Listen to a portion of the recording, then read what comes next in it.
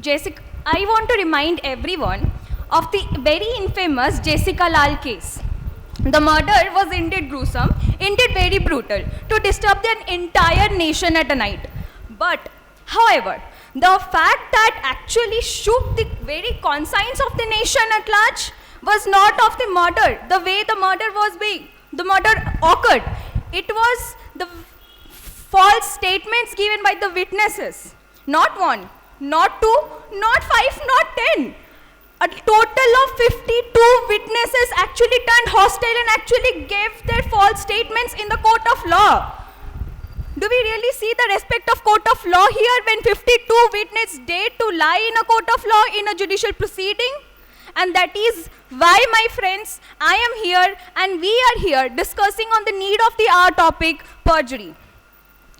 A very good evening to my respected judges, fellow participants and audience. Myself, Anisha Mohanty, I am from Madhusudan Law University, standing before you to discuss on the very important, very necessary topic of perjury. Sitting in the audience, I noticed almost most of my fellow participants have already discussed about the legal provisions, maxims, principles, and what is actually perjury is, how harmful it is, and how does it actually a virus to our judicial system.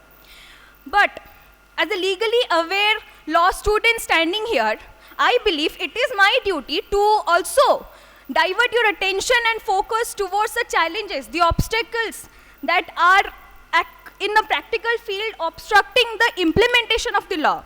There are laws. Indeed, the law addresses perjury and provides punishment. But how far the law has been implicated? And if not, the law has completed its aim, why so?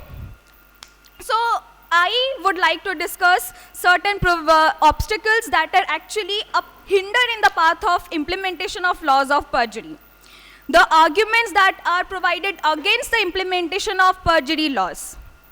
First of everything, they say that addressing perjury laws or proceeding against perjury cases will be a burden on the courts, will harass the parties. But let me remind you, our BNSS provision under 383 also provides for summary procedures, and that summary procedures exclusively addresses for perjury trials. The law clearly states that if a court wants to proceed with perjury cases, it can offer summary trials to save its precious time and of harassment of parties. In the case of Pritish versus State of Maharashtra of 2002, very recent, the court has exclusively discussed on the pre-trial rights of a party against whom an perjury has been accused. Our legal system is not that careless, people. Our legal system does not proceed against people just on the basis of a mere allegation. It does preliminary inquiry. It does proceed with due diligence. And that is what makes our judiciary special and vigilant. The next argument comes from the making witnesses experience that chilling effect.